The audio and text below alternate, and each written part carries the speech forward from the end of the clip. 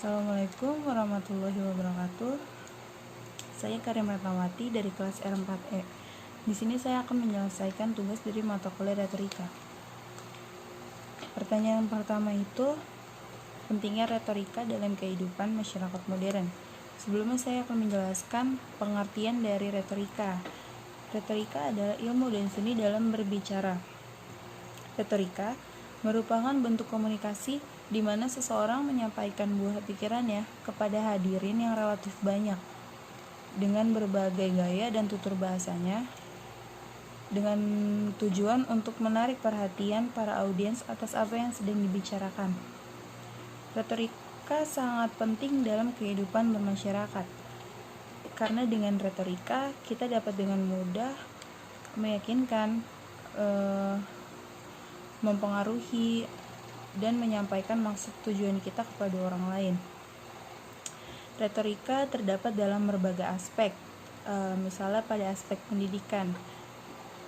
Dalam keseharian itu di dunia pendidikan ada pendidik yang berbicara kepada peserta didik mengenai materi pelajaran yang disampaikan dengan tujuan peserta didik memahami apa yang sedang dibicarakan oleh pendidik.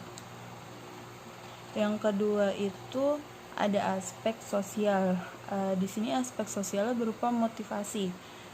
Contohnya di sebuah forum ada seorang motivator yang sedang memberikan motivasi kepada audiens dengan tujuan untuk mendorong, menggerakkan, dan mengubah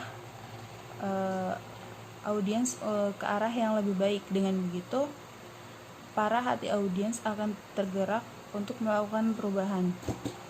Yang ketiga, ada aspek ekonomi.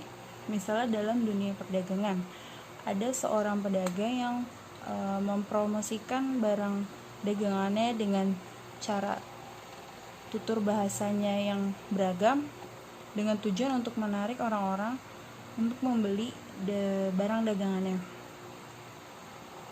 Dengan begitu, barang dagangan yang penjual dagangkan bisa cepat habis berkat kemampuan retorikanya.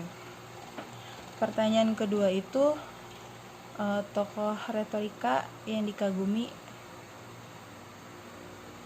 dan berikan alasannya. Di sini saya mengagumi sosok Mary Riana. Dia adalah seorang motivator juga seorang pembicara yang baik.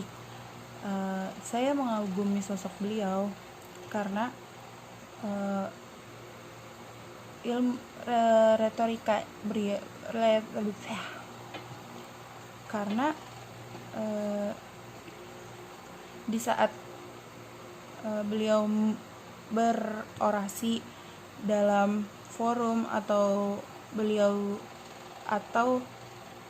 pembawaan beliau dalam memberikan motivasi kepada para audiens sangat meyakinkan dan sangat mempengaruhi para audiens untuk melakukan perubahan yang lebih baik. Saya mengagumi sosok beliau juga karena beliau memiliki sifat yang tidak mudah putus asa, pantang menyerah, dan giat dalam bekerja. Pertanyaan ketiga, harapan untuk pendidikan di Indonesia, khususnya untuk sekolah menengah atas yang layak di Indonesia. Harapan saya untuk SMA di Indonesia, peserta didik, harapan saya untuk sekolah menengah atas di Indonesia, pendidik tidak hanya menekankan pada satu aspek saja. Pada saat ini, pendidik hanya menekankan peserta didik dengan aspek pengetahuan saja. Harusnya pendidik juga menekankan pada aspek yang lain, misalnya pada aspek kemampuan. Dengan begitu, pendidik akan mengetahui bakat apa yang dimiliki oleh siswa tersebut. Juga sekolah memenuhi fasilitas-fasilitas yang memadai untuk proses pembelajaran siswa. Dengan adanya fasilitas-fasilitas yang lengkap, pendidik juga akan dapat dengan mudah mengajarkan materi kepada peserta didik, dan juga peserta didik akan dengan mudah memahami maksud dari pembicaraan pendidik, karena terdapat fasilitas-fasilitas sebagai media pembelajaran. Dan juga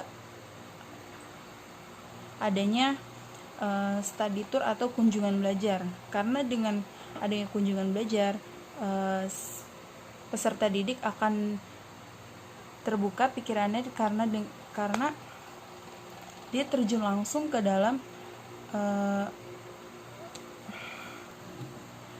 Sekian jawaban dari saya. Mohon maaf apabila ada kata-kata yang salah.